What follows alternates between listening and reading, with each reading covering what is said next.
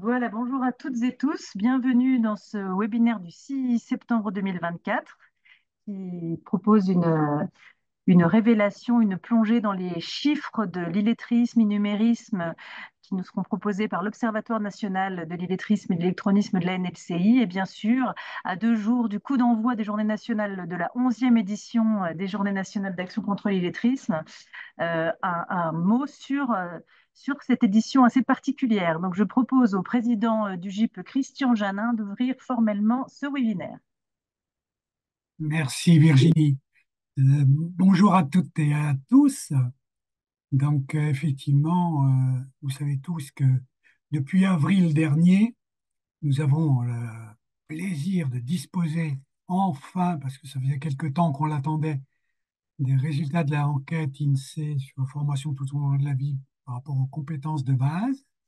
C'était une forte attente parce que tous nos analyses jusqu'à présent remontait sur des données qui commençaient maintenant à dater, puisque c'était une enquête de 2011.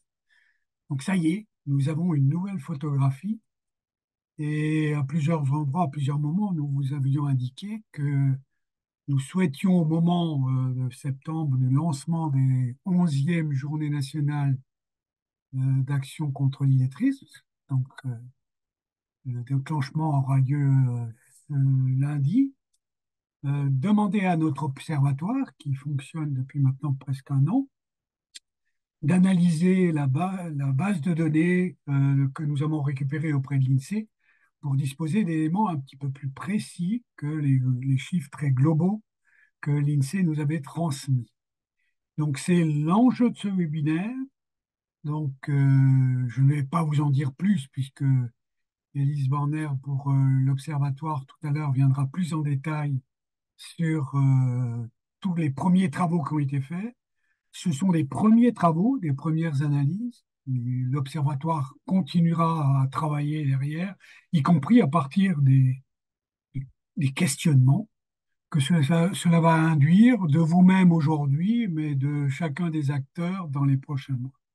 Nous sommes engagés en fait depuis avril dans un gros travail de réflexion avec l'ensemble des acteurs en charge des questions d'illettrisme pour profiter de cette nouvelle photographie de la situation et réfléchir aux orientations stratégiques que la NLCI va devoir porter dans les prochaines années, puisque nous nous inscrivons maintenant dans ce que nous espérons voir renouveler dans tous les 6 ans, une enquête de cette nature qui actualisera la photographie et qui nous permettra donc de construire des orientations sur, sur ces 5 années qui vont nous séparer de la prochaine enquête. Donc voilà, je pense qu'il faut y aller maintenant et je crois que c'est Angélique qui va d'abord nous faire une focale sur les journées nationales. À toi, Angélique. Merci Christian. Bonjour à tous, je suis Angélique Gilbert, donc nouvellement arrivée à la NLCI en tant que coordinatrice des JNAI pour cette édition 2024. L'idée, c'est de pouvoir vous faire un petit tour d'horizon. Donc déjà, si on reprend l'origine des JNAI, en gros, l'idée des JNAI, c'est de faire un coup de projecteur annuel pour parler des questions d'illettrisme et d'électronisme en rassemblant un maximum d'actions sur une semaine dédiée qui est du 8 au 15 septembre. Voilà, chaque année, c'est la même semaine. Donc, on se rassemble sous une bannière commune qui est cette année, comme l'année dernière, l'illettrisme en parler pour avancer. Et vous pouvez retrouver toute la programmation sur le site dédié au programme 2024 des JNI. Les JNI, en fait, on a trois grands objectifs pour mettre en place ces JNI. Le premier, pardon, c'est nommer le problème et susciter une prise de conscience collective. C'est pourquoi d'ailleurs on va révéler les chiffres aujourd'hui au lancement des JNI.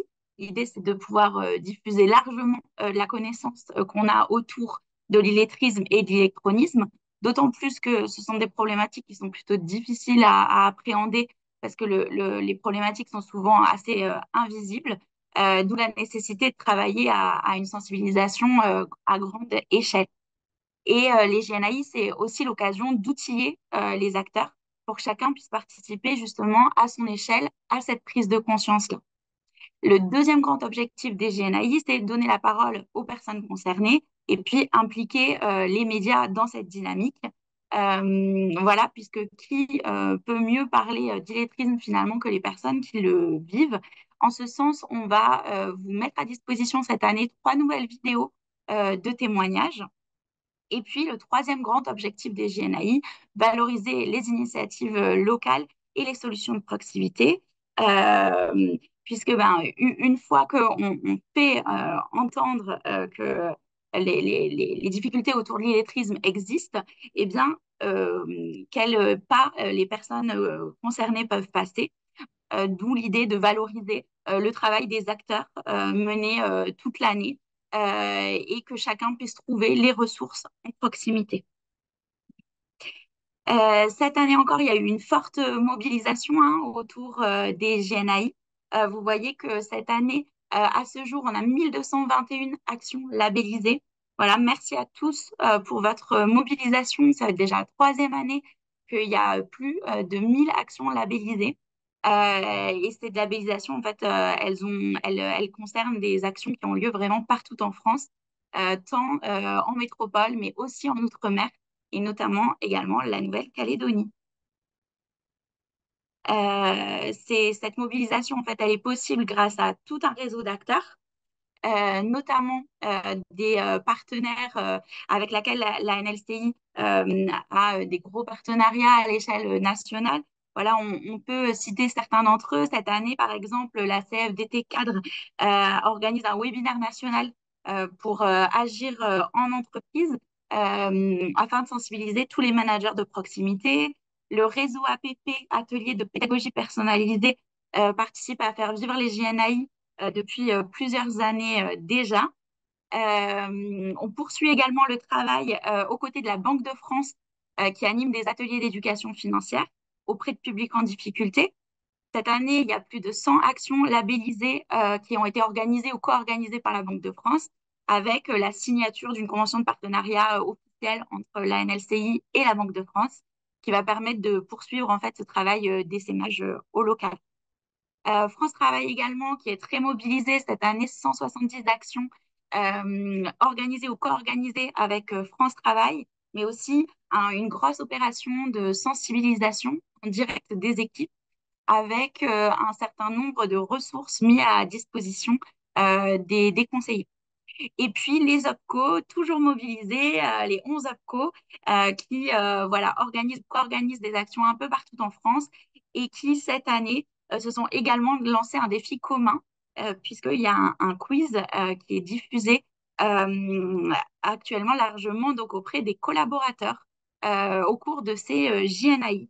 Et puis le réseau d'écrit, évidemment, les centres ressources illettrisme, toujours très engagés au sein des JNAI. Voilà, et puis partout en France, des structures à différentes échelles. Merci pour l'engagement de vous tous, en fait. Merci pour votre mobilisation cette année encore. On a des belles actions sur des thématiques très diverses, mais aussi sur des formats très variés. Voilà, la création d'une radio éphémère, un concours photo sur l'illettrisme, des sessions adaptées de code de la route, des ateliers numériques pour les seniors. Enfin, les propositions sont très larges et les acteurs parfois se réunissent aussi sur un même territoire pour créer un événement fort commun. C'est le cas par exemple du village des compétences. Voilà, donc on voulait en tout cas vous remercier cette année encore de faire des journées nationales d'action contre l'illettrisme un temps fort partagé.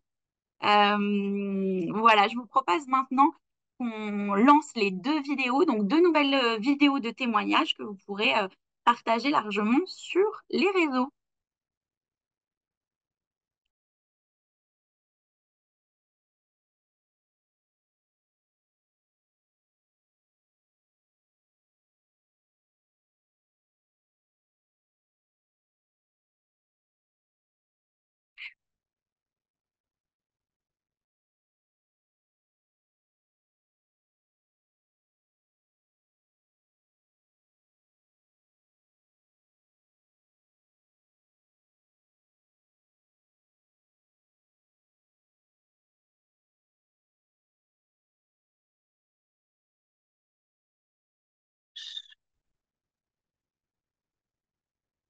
Je crois que nous n'avons pas le son. Malheureusement, on n'a pas de son, Ouais, ouais. ouais, on n'a pas de son. Alors attendez, hop, on va reprendre ça tout de suite. C'est toujours les questions avec zone de prise en compte de l'audio. Voilà, hop, on repart. Élise, tu verras qu'on a déjà une question sur l'outre-mer dans le module questions-réponses. Donc, si avec Mathieu, tu veux commencer à jeter un œil, sinon on capitalisera ça tout à l'heure.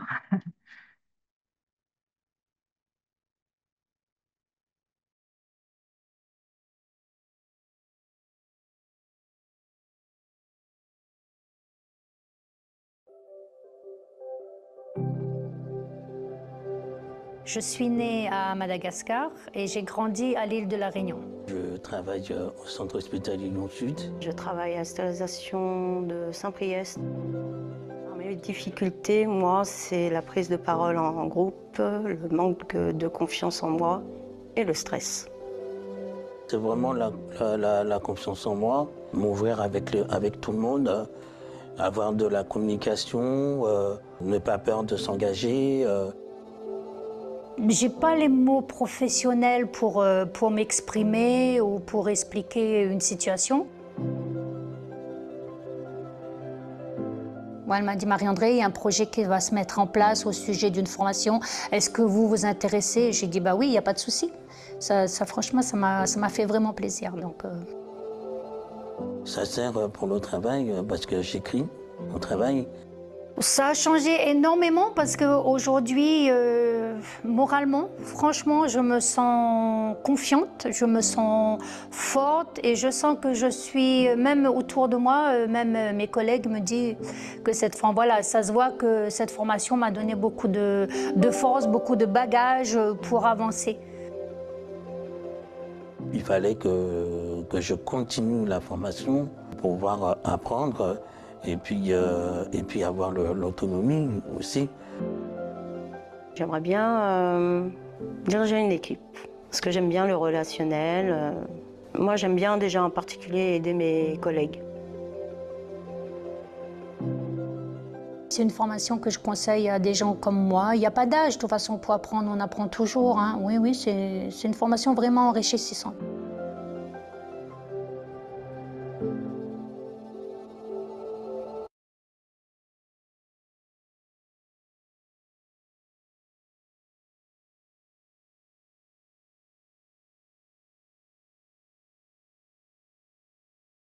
Ah, on a une coupure. Bon, petit problème technique. Ou alors c'est pour le passage de la deuxième vidéo. C'est pour le passage de la deuxième vidéo. Ah, tout à fait, mais oui. C'est parti. Ma plus grande peur, c'était les transports et savoir est-ce que je vais réussir à y aller. Au tout début, c'était difficile pour moi de savoir le bon arrêt ou descendre, par exemple.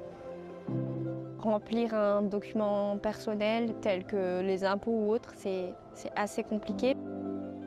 Je viens de Mulhouse, une petite ville en Alsace. Il y avait un savoir pour réussir à Mulhouse, donc j'y allais déjà. On m'a dit qu'il y en avait un sur Paris, donc je suis tout de suite venue les voir et on a fait les tests pour que je puisse rentrer en formation.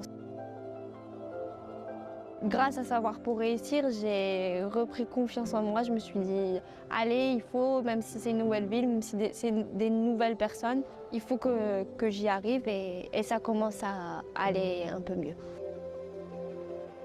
Il y a des choses que je peux faire maintenant, par exemple aider des camarades de classe sur des documents ou aider des connaissances sur des documents. Pouvoir aller, ne serait-ce que sur amélie.fr. Avant, c'était un peu compliqué. Et là, ça passe crème, on va dire.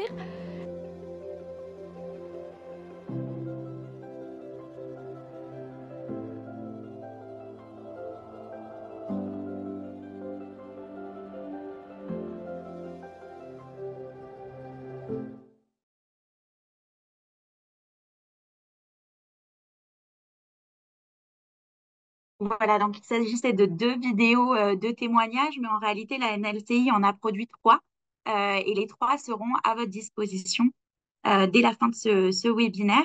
C'est des vidéos qui nous permettent de mieux saisir la réalité de l'illettrisme et de l'électronisme. Et c'est le but des chiffres également qu'on va vous révéler dès maintenant. Donc, je laisse la parole à ma collègue Élise.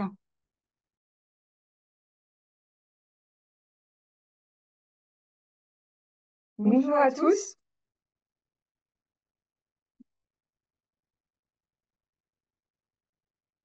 Donc là, je suis très heureuse de pouvoir vous présenter le premier dossier de l'Observatoire qui porte sur la première exploitation, je parle pour nous, hein, de l'enquête. On a un fort effet d'écho, Élise, excuse-moi. Est-ce que tu as un casque peut-être ou un... Je Non peux mettre un casque, ouais. Hop, ouais, excuse-moi, parce que du coup, on a une grosse résonance.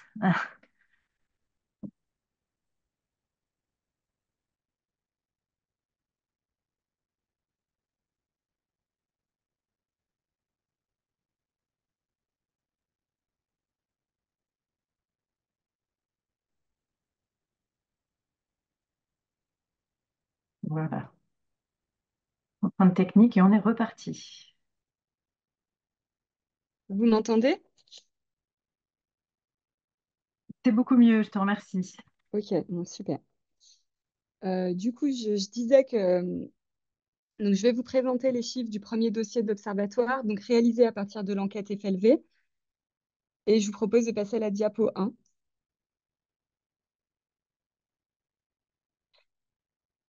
Alors, une personne sur 10 a une difficulté avec les fortes compétences de base.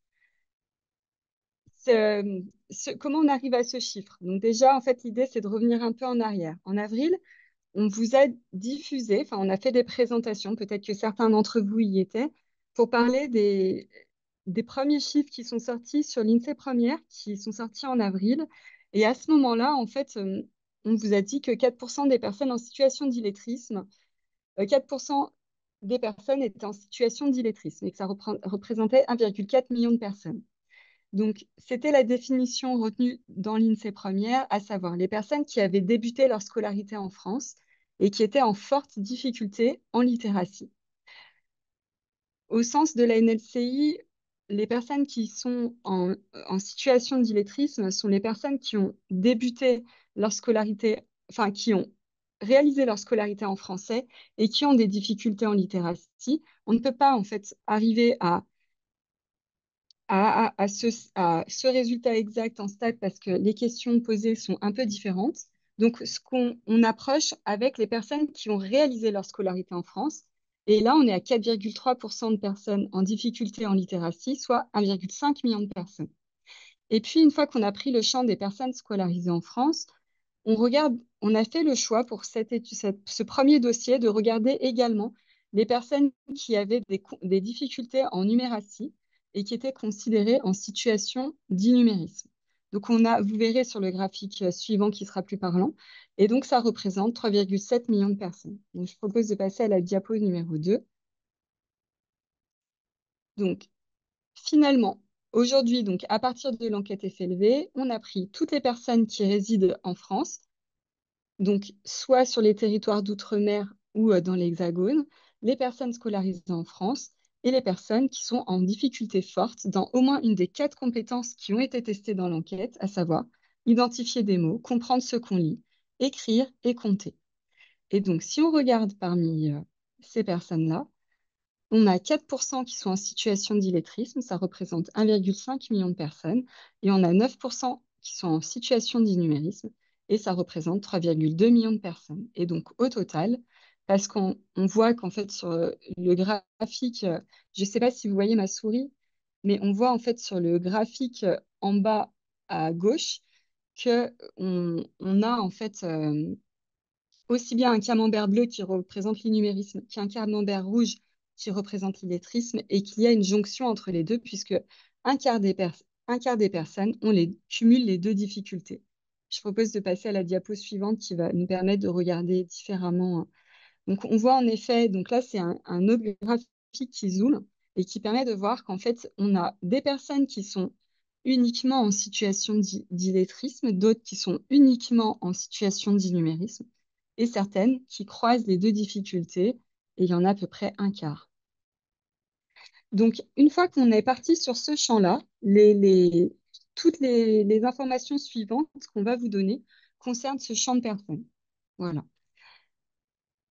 Donc, ce qu'on peut dire en premier concernant l'âge, c'est que plus d'une personne sur deux en forte difficulté a plus de 45 ans. Donc, ce message, il n'est pas nouveau, c'était le même message qu'avant. Si on regarde donc toujours côté gauche, vous avez en fait un graphique qui représente parmi les personnes en difficulté, finalement, quel âge ont ces personnes-là. Et on voit que si on cumule les 29% des 55-64 ans et les 23% des 45-54, on arrive à 52%, soit plus d'une personne sur deux qui ont plus de 45 ans. Mais ce qu'on voit également, c'est que les jeunes sont touchés, puisque les 18-24, qui sont, on va dire, en termes de nombre de classes d'âge moins nombreux, ils sont ils sont pas 10 ans, contrairement, sont déjà 15%.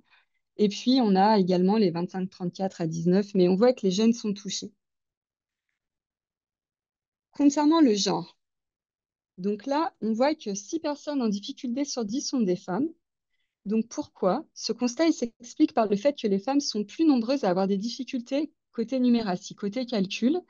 Donc il y a des études, il y a beaucoup d'études récentes qui montrent justement que les femmes sont plus touchées par la numératie. Et donc dans les chiffres qu'on diffuse aujourd'hui, ça apparaît également. Alors la situation sur les territoires. Ce qu'il faut retenir, c'est que la population elle est en forte difficulté, elle est présente sur tous les territoires.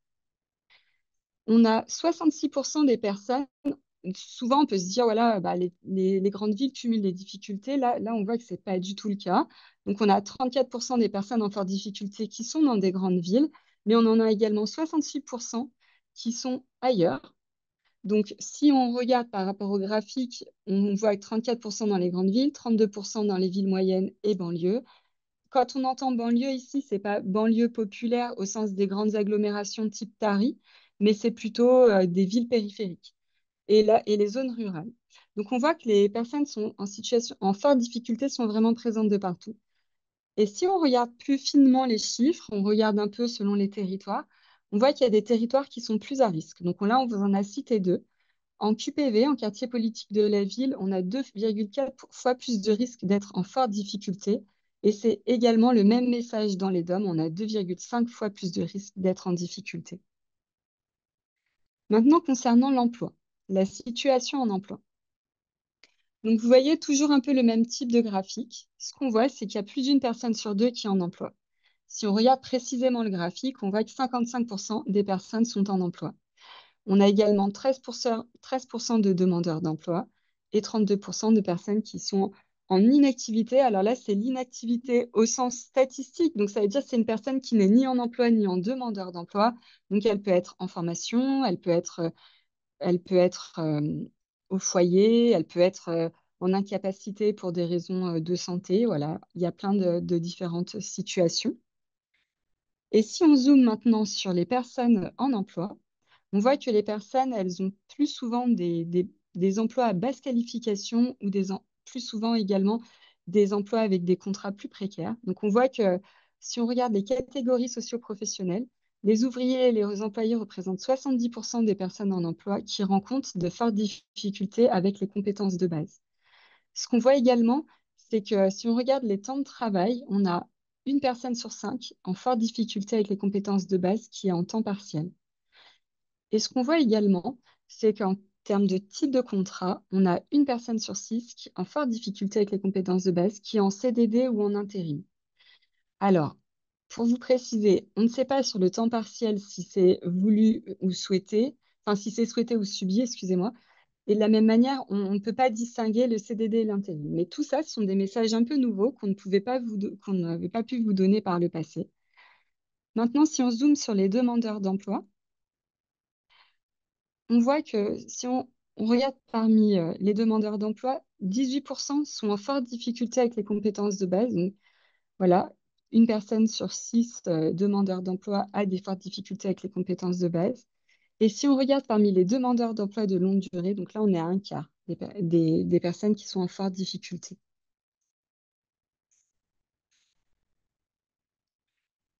Le questionnaire a permis également de regarder l'usage d'Internet et les démarches administratives.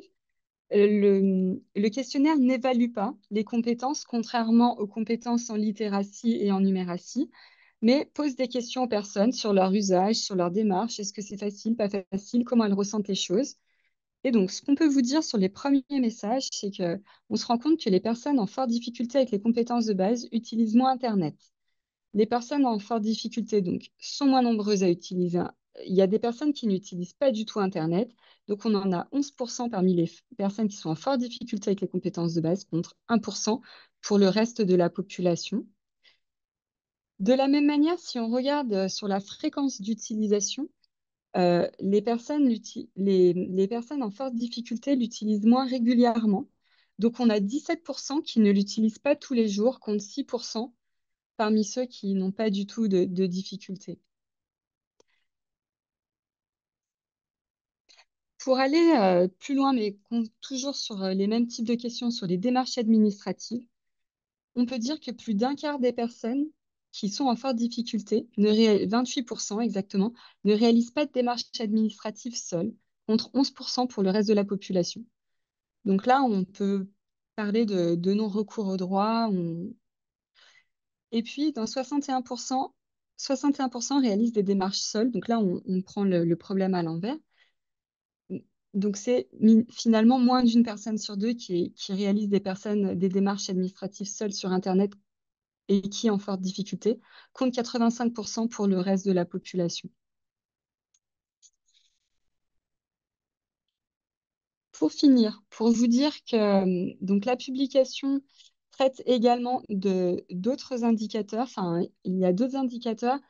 On a essayé de repérer un peu s'il y avait des facteurs de risque. Ce que je peux dire globalement, c'est qu'il n'y a pas un profil de personnes en forte difficulté avec les compétences de base. Il y a une multiplicité de situations très, très différentes qui fait que, voilà, les personnes, on voit quand même que les stats sont diverses, même si on note quelques facteurs de risque.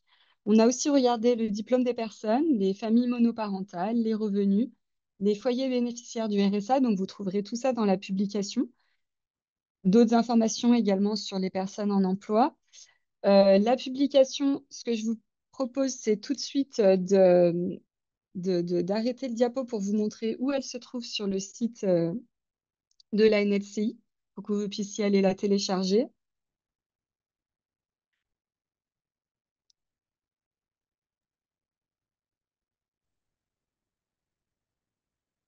Est-ce que je prends la main, Louane, ou est-ce que c'est toi qui le fais? Je peux bien le faire, j'y suis là. Ok.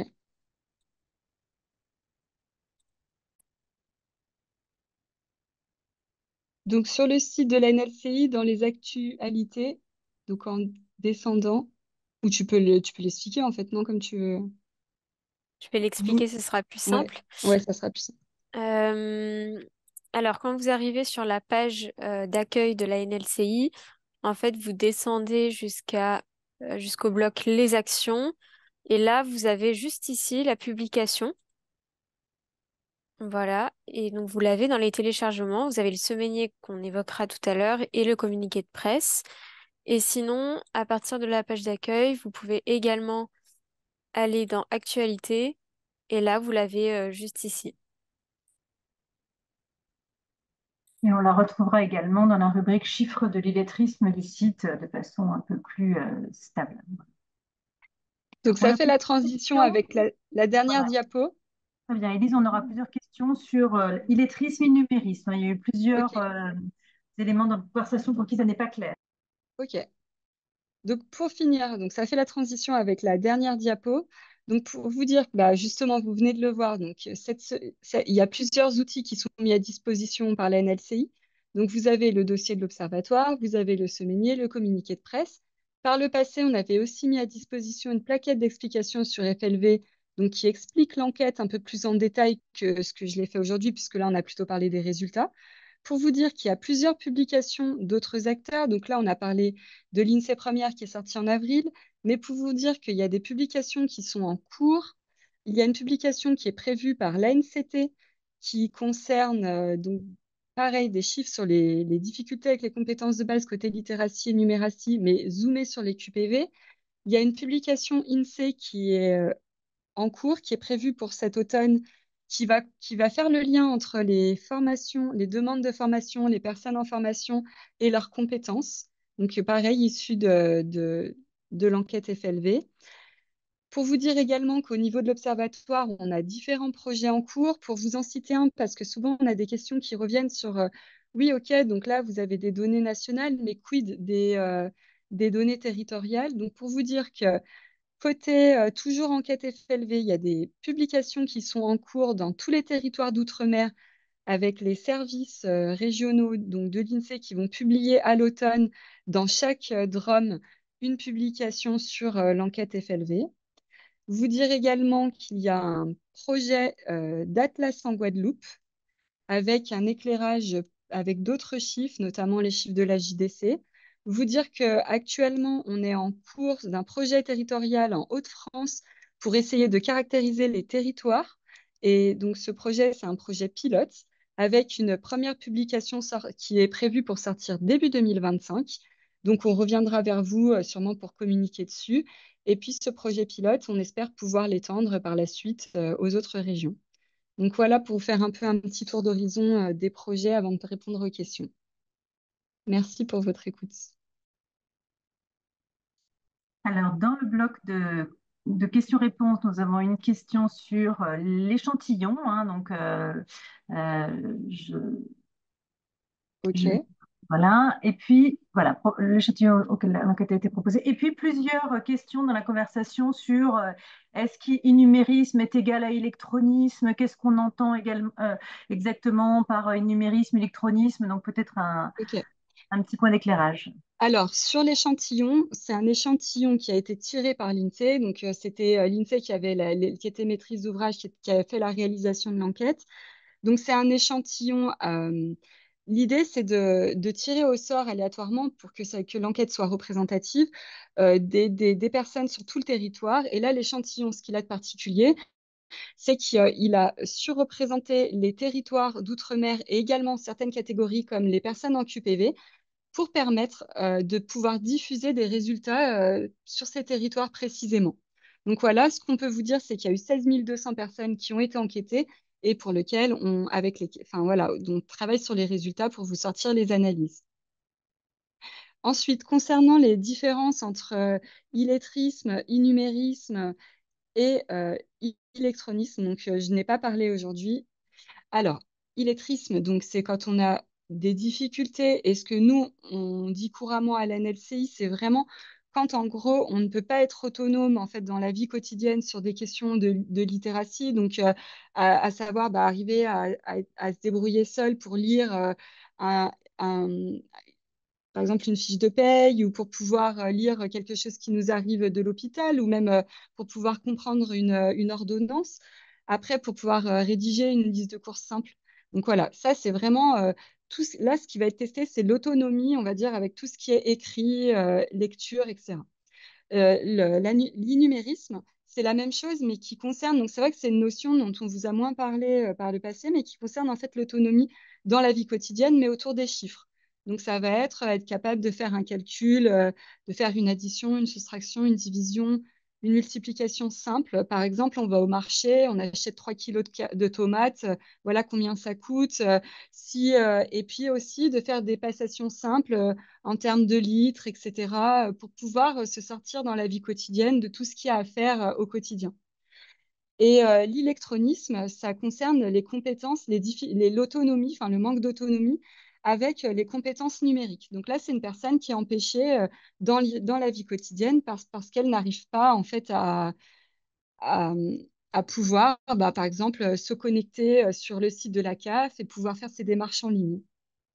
Donc en fait, là, aujourd'hui, on vous a parlé d'usage d'Internet, mais on peut être en situation d'électronisme et aller sur Internet. Les deux ne sont pas impossibles. Je ne sais pas si c'est plus clair, mais voilà, j'ai essayé de répondre au mieux. Très bien, parce que vous pouvez continuer à poser des questions. Mathieu répond aussi pour partie dans le bloc. Et on a une question sur quid des moins de 18 ans, des détenus, des gens du voyage, etc.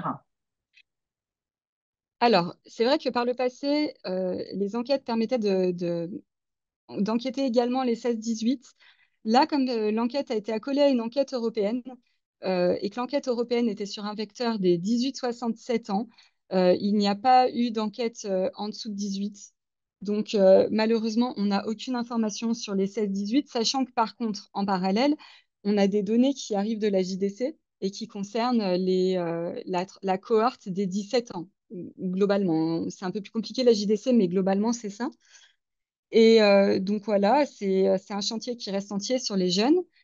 Après, c'est vrai que l'enquête, elle couvre les ménages ordinaires, donc c'est-à-dire au sens de la stat publique, les ménages ordinaires, c'est les personnes qui vivent seules dans des logements, donc ne sont pas comptées toutes les personnes vivant en communauté, en habitation mobile, donc dans des squats, des caravanes et les sans-abri. Et du coup, c'est un travail qui reste entier. C'est une des questions que va essayer d'outiller petit à petit aussi l'Observatoire. Ça fait partie de notre cahier des charges, puisqu'on a, avec pas mal de partenaires, des questions là-dessus.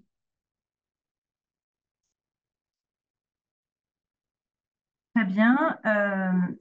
On a une question, Hervé, aussi sur la bonne nouvelle de la baisse, mais l'identification des raisons qui auraient pu conduire à cette baisse. Est-ce que tu veux porter un éclairage sur ce sujet? Oui, on voit bien que avec l'évolution des chiffres, parce qu'on a commencé à mesurer en prenant appui sur les performances des personnes réellement l'illettrisme en 2004. L'enquête a été rééditée en 2011. Elle a été renouvelée, Christian l'évoquait, seulement en 2022. Et donc, on voit bien que l'illettrisme a reculé de façon significative ces dernières années, ces 20 dernières années. Donc, il est bien évident qu'il y a des progrès qui ont été réalisés avec la scolarisation plus massive. On voit bien comment le, le- le- l'école a touché un plus grand nombre de personnes. L'accès à l'université s'est démocratisé. Il y a eu une prise en charge aussi plus précoce des difficultés avec des priorités données aux compétences de base. C'est clair qu'il y a de plus en plus de moyens qui sont mobilisés pour des évaluations, de la prise en charge. Bon, tout ce mouvement commence à produire des résultats. Nous, on est convaincus aussi qu'avec l'investissement massif qui a été fait ces dernières années sur le plan d'investissement dans les compétences, les dispositifs avec les moyens mobilisés par l'État, les collectivités, les partenaires sociaux aussi. Enfin, voilà, on sait qu'on a franchi une étape importante dans la prise en charge des personnes, mais ces progrès, ils ne doivent pas nous anesthésier et nous empêcher de prendre en compte la réalité telle qu'elle est, puisqu'il y a encore beaucoup trop de personnes qui sont confrontées à ce problème. C'est 1,4 million personnes qui sont dans cette difficulté. On voit qu'il y a des enjeux qui sont très importants, des défis qu'on doit relever. L'illettrisme a des conséquences très concrètes dans la vie quotidienne des personnes. On reviendra tout à l'heure sur les déterminismes qui causent cette question de l'illettrisme et contre lesquels il faut lutter. Donc, il y a encore beaucoup à faire. Et voilà, l'illettrisme recule, mais pour autant, on doit maintenir le cap, amplifier l'effort pour que toutes les personnes sortent des dispositifs d'insertion en maîtrisant complètement la lecture et l'écriture, en n'étant plus en situation d'illettrisme.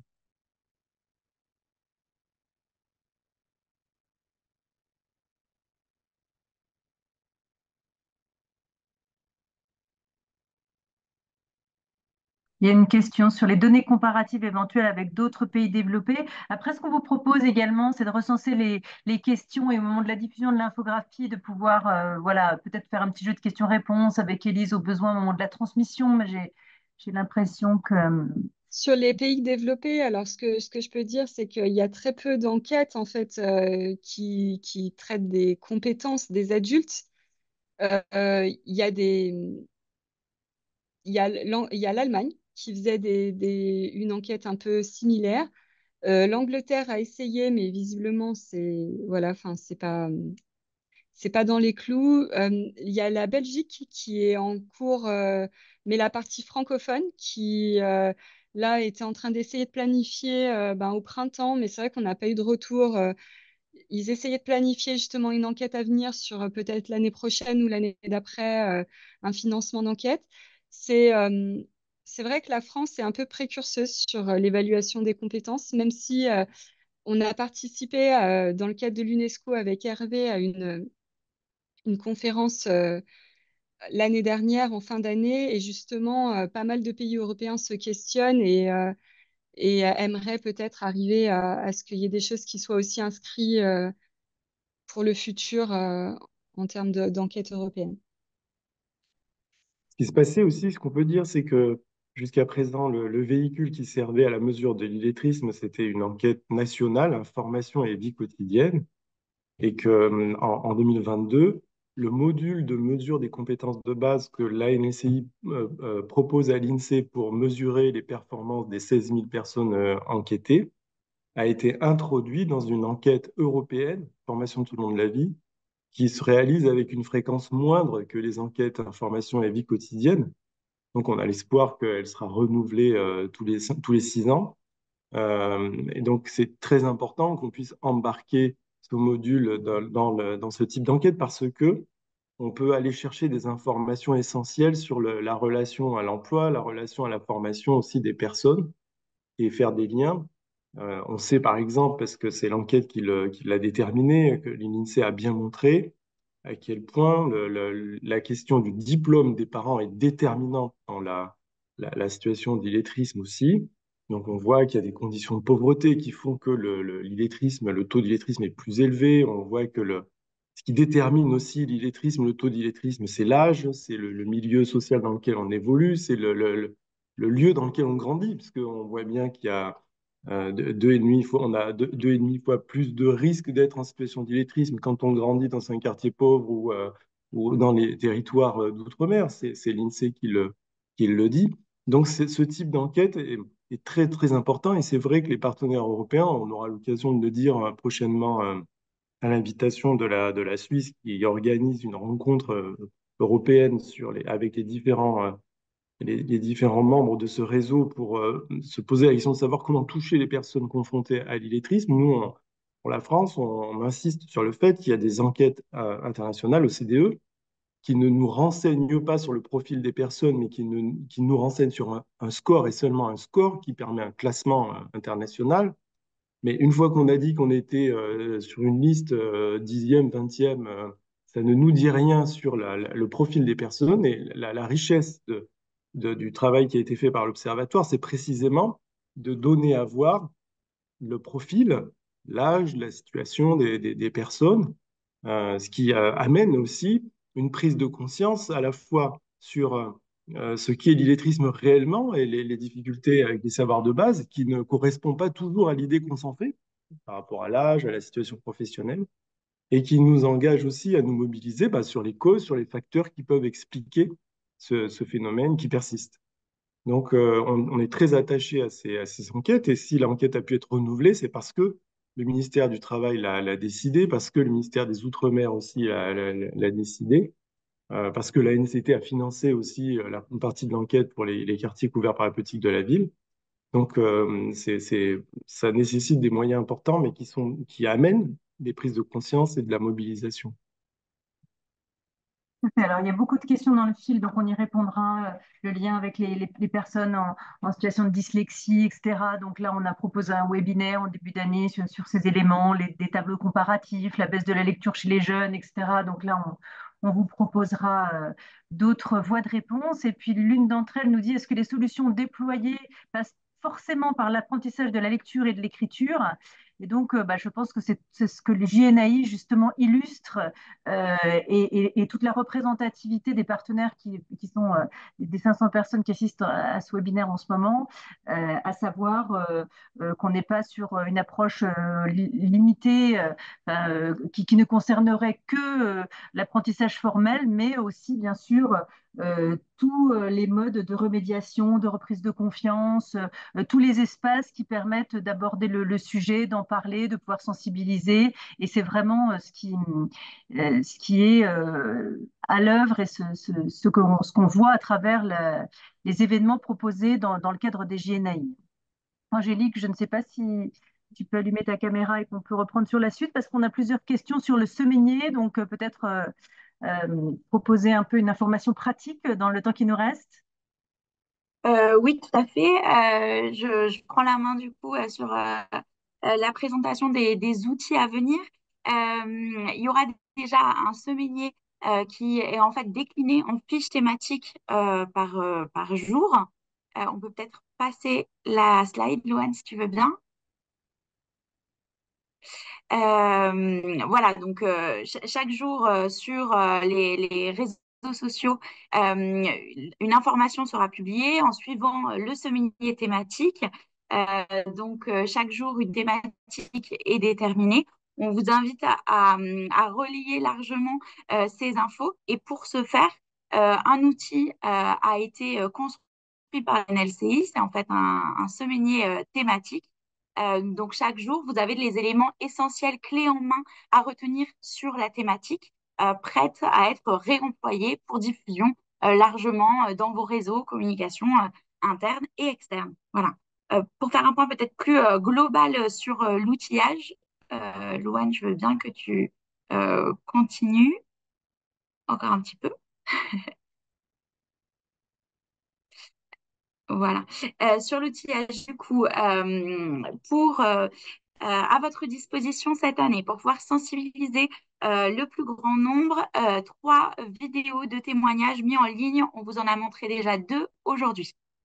Pour continuer à diffuser les chiffres qu'on vient de vous présenter, donc une infographie qui correspond en fait au premier dossier de l'Observatoire, mais également le fameux semainier décliné en fiches thématiques chiffrées par jour, prêt à l'emploi pour vos communications entre le 8 et le 15 septembre, et ainsi qu'un un communiqué de presse.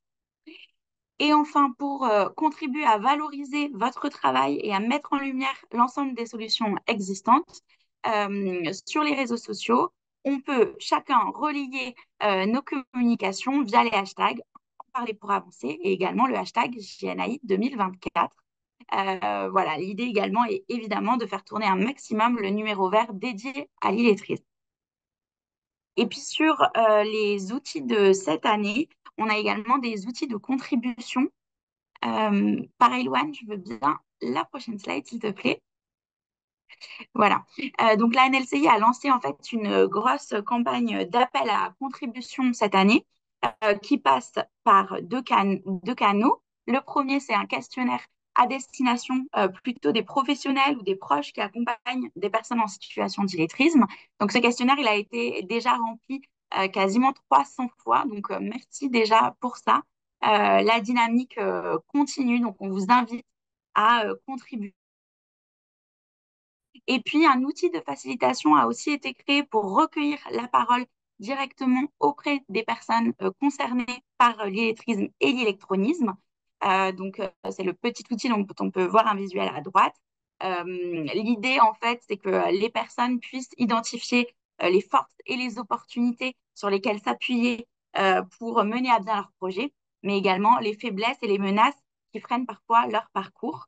Voilà. Ceux qui vont permettre la facilitation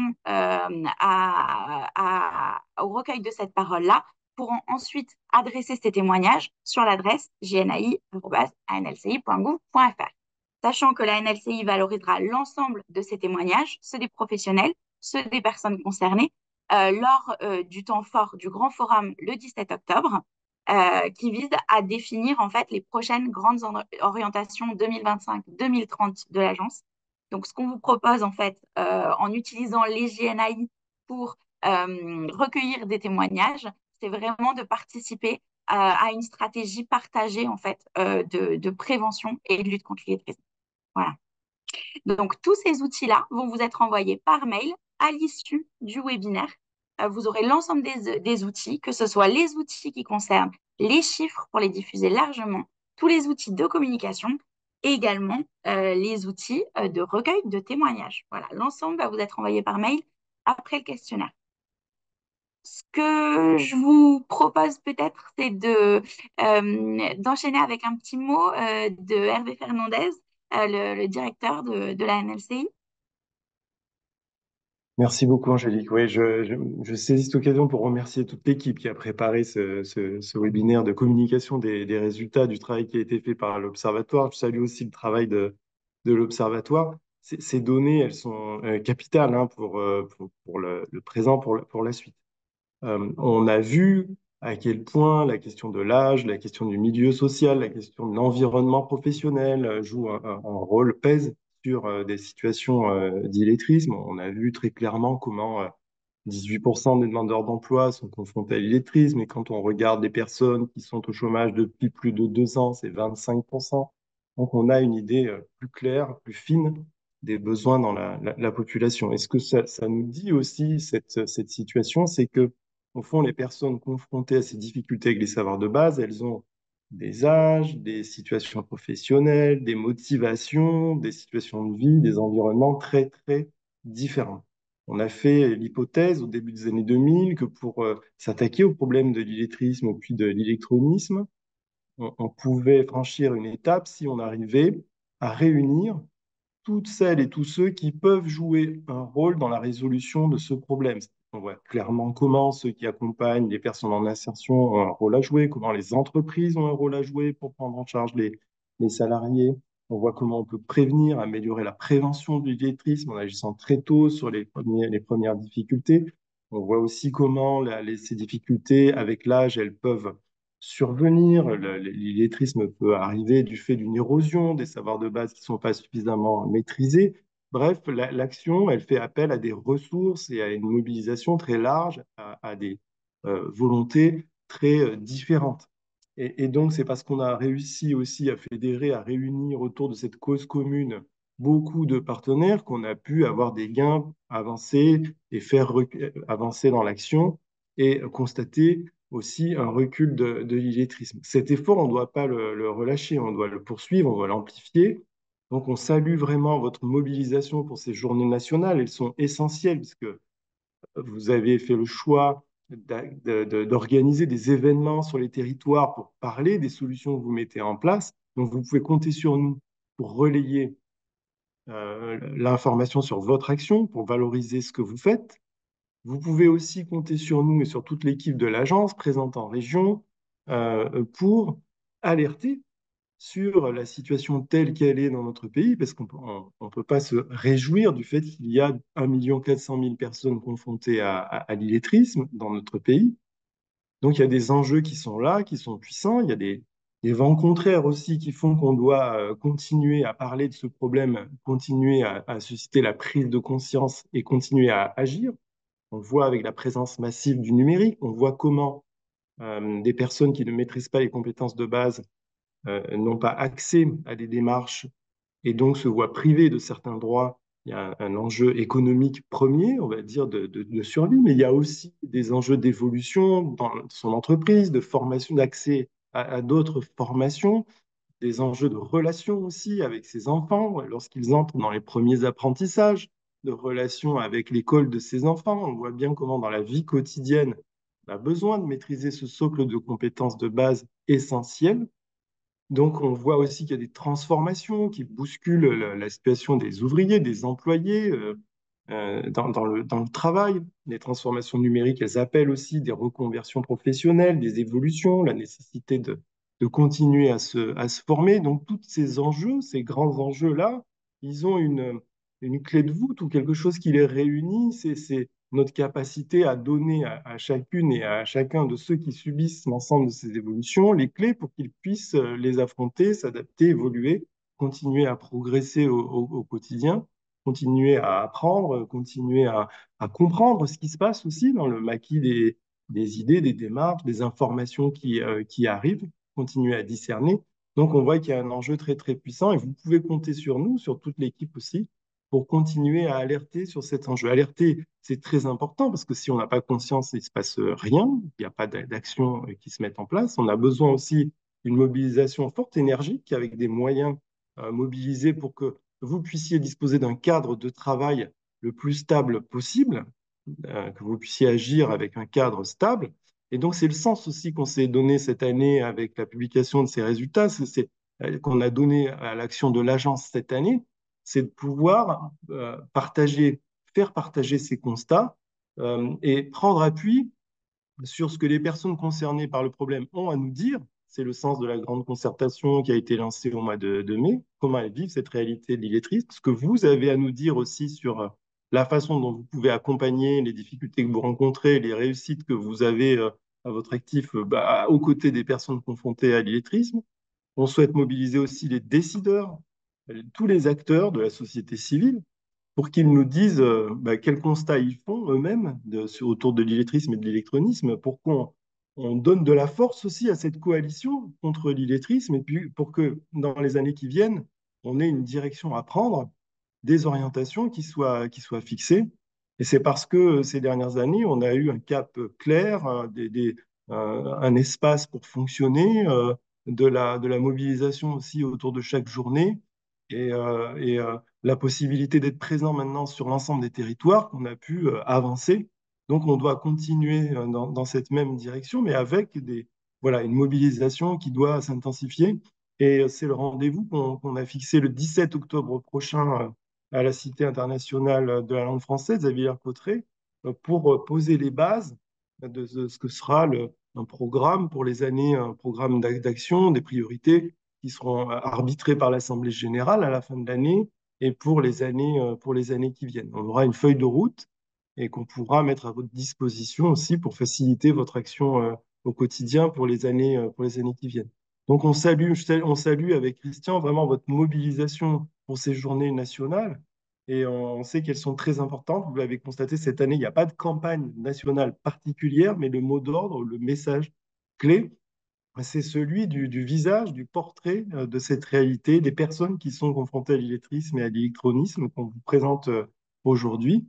Et on compte sur vous pour relayer ces informations, les faire connaître aux élus des communes dans lesquelles vous intervenez, à tous celles et tous ceux que vous mobilisez, vos bénévoles, les salariés de vos équipes aussi. On sait que vous êtes des ambassadeurs et qu'au sein de vos organisations, vous pouvez porter de l'information, jouer ce rôle de relais. On est vraiment conscient du rôle très important que vous jouez, parce que les transformations qu'on cherche, elles ne se décrètent pas, elles s'accompagnent, elles se vivent, elles se mettent en œuvre, en mouvement. Et donc, on salue vraiment votre mobilisation. On vous souhaite à toutes et tous de très, très bonnes journées nationales d'action contre l'illettrisme.